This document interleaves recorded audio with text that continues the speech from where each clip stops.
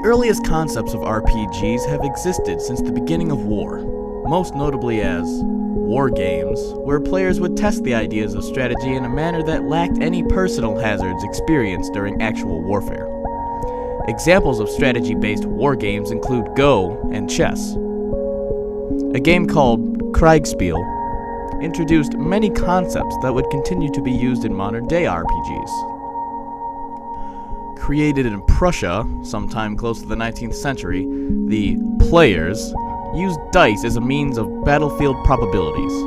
The English would create their own variant of this miniature war game after the Franco-Prussian War.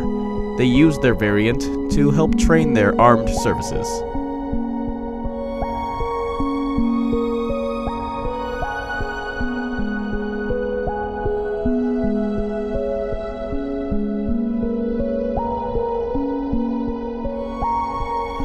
H.G. Wells would be accredited as the man who introduced the war games to the public when in 1915 he wrote a book called Little Wars as a set of amateur war game rules.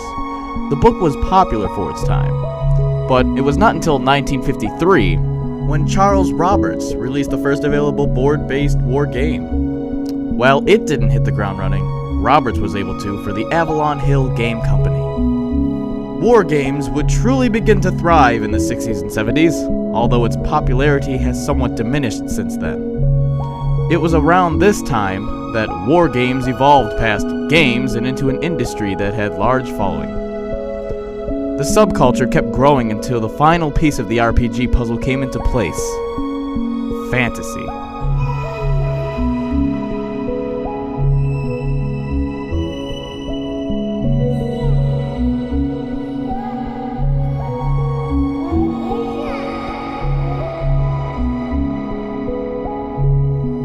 In 1966, Lord of the Rings was released all across the nation. It would change not only works of literature for years to follow, but would also change the concept and ideas of war games for millions of teenage males. Players soon began to replay the Battle of Helm's Deep from Lord of the Rings in place of the Battle of Gettysburg. In addition, players soon began adding orcs, goblins, and lightning spells to their wargame experience.